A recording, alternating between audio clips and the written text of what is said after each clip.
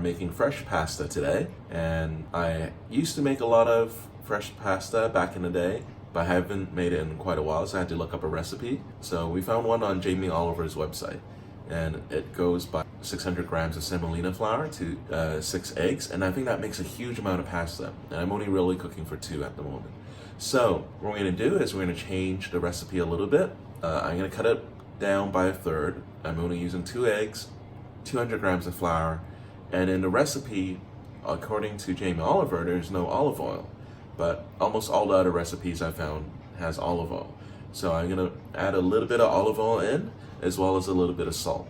We're gonna be making a little bit of modifications to the recipe, so let's get started. We're modifying the recipe. We're only using 2 eggs, and we're gonna measure out 200 grams of flour on the scale, which is actually gonna be most of this bag, so it's actually gonna be quite a bit. Okay, so let's start with measuring out. All right.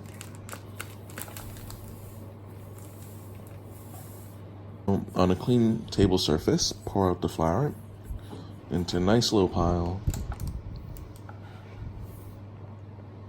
and let's make a little well in the middle. Time to crack some eggs into it. Make sure you get the shells out.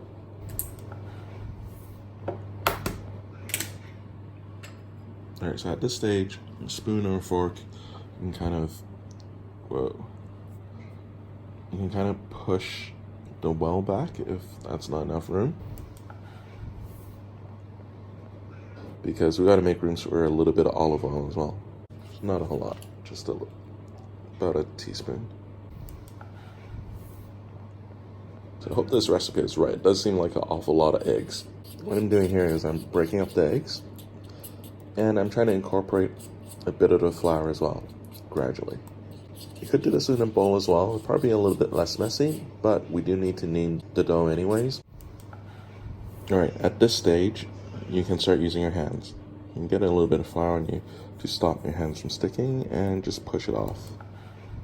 And start incorporating the flour into the dough.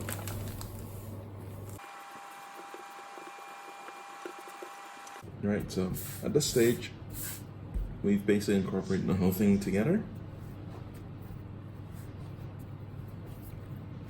And we can do it a few more times just to make sure it's nice and springy as we're developing the gluten. So at this stage, we're needing to develop the gluten, which is the proteins in the flours.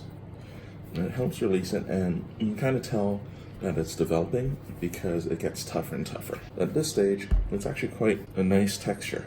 Definitely getting tougher to knead, which is what you want, but it's still fairly soft. It's actually not too dry, not too wet. So I have to say, I'm impressed with Jamie Oliver's recipe because this feels actually pretty good. So at this stage, we're gonna wrap it in cling film, stick it in the fridge, and let the dough rest. It'll get a little bit softer, and then we can roll it out. Okay, it's been about 15-20 minutes. It's rested, it's nice and soft, and you can kind of tell when you press it, it kind of gives away. You know, if we didn't rest it, it probably bounced right back. So we're gonna roll this out, and then we're gonna use the pasta machine to roll it out into nice sheet of dough right here.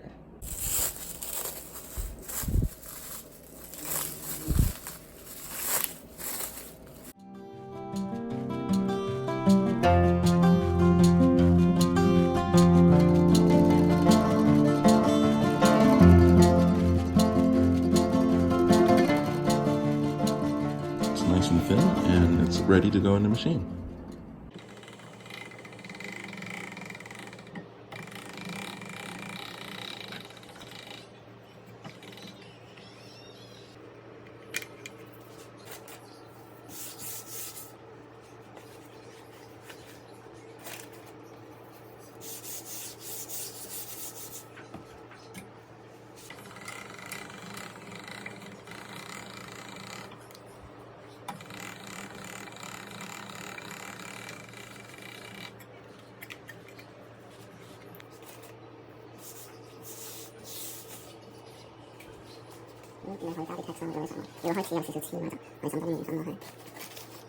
So I do want it a little bit thinner, so I'm gonna go all the way up to about 7. Well, not quite all the way to the end, because I don't want it to like just shred.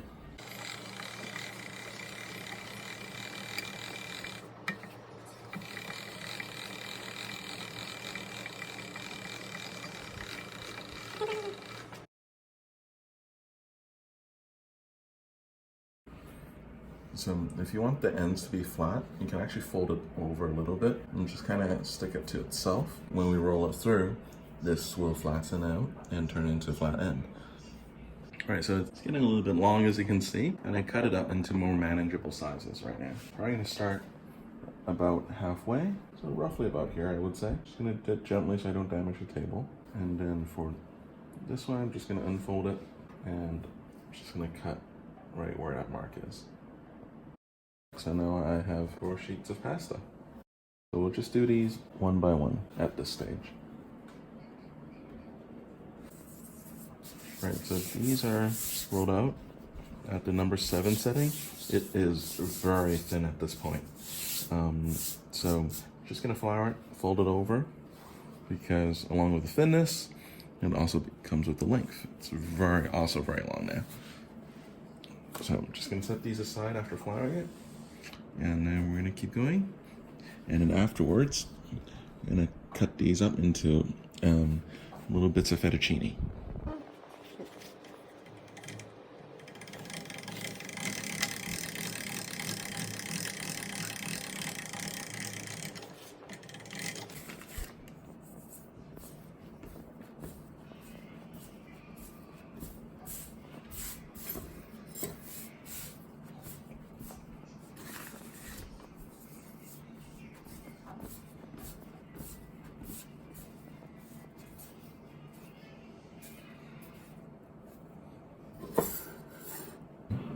So here's the pasta, fettuccine, and we're gonna turn this into cacio e pepe with fettuccine. This is my way of doing cacio e pepe, but if you have your own way, feel free to do it your way. Not a traditional way of doing it, it's kind of a lazy home cook way of doing it. So as you can see, I heated some water already. Gonna put a bit of salt into it, roughly a tablespoon. The idea is to have it the same as the seawater, as salty as the seawater. So, but that's up to personal taste. I don't like it that salty, but yeah. So it's up to you. A little bit of olive oil.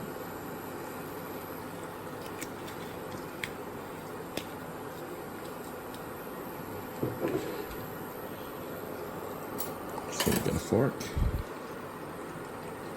And let's just grab 2 of these little rolls of fettuccine.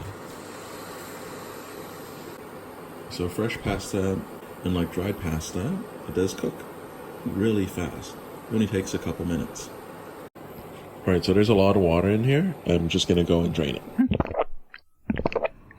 Okay, so the pasta sauce I decided to go with cacio e pepe. I was gonna make carbonara, but unfortunately our bacon expired. So I'm gonna go with cacio e pepe, which is basically literally the starch water from the pasta we're cooking, black pepper, and Pecorino Romano cheese. If you don't have Pecorino, you can also use Parmesan. That's okay as well.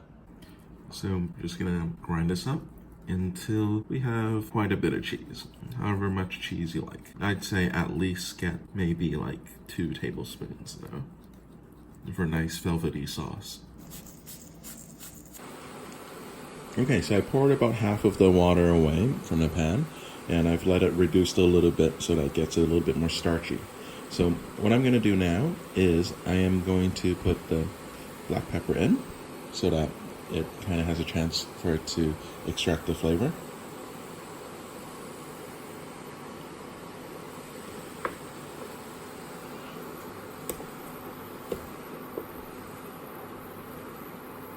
Okay, but I'm also going to take some and pour a little bit back out to mix with the cheese.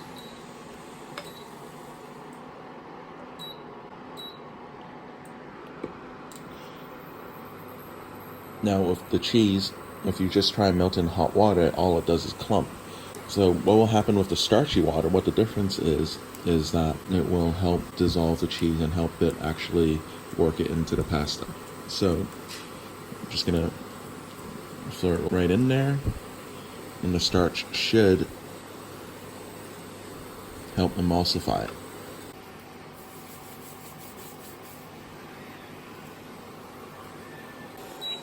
Just gonna add a little bit more water to it and help it emulsify.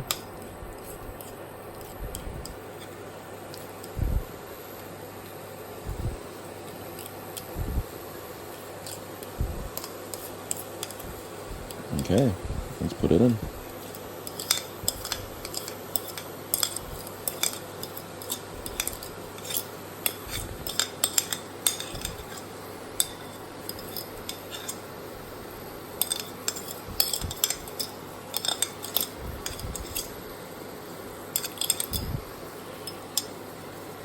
And I'm going to turn the heat down so it's a lot lower.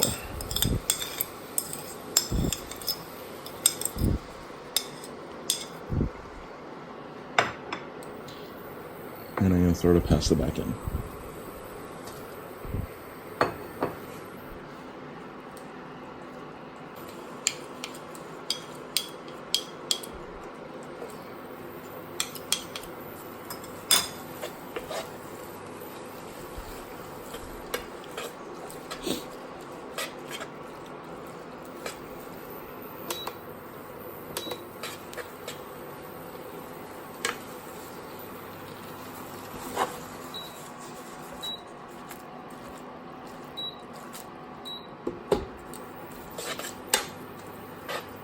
So as you can see, the sauce looks like it's nicely emulsified. And it's kind of come together quite nicely.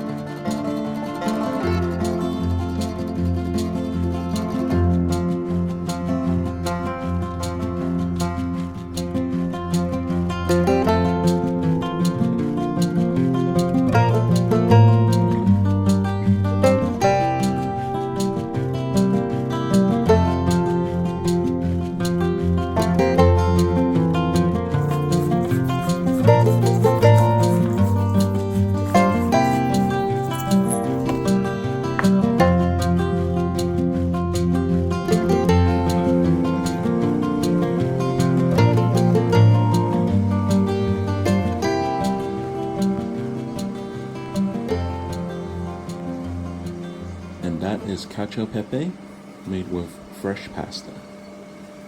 So I hope you liked the video and on how to make pasta, homemade fresh pasta rather, and cacio e pepe. If you liked the video, please comment, like, and subscribe. And I'll see you guys next time. Bye.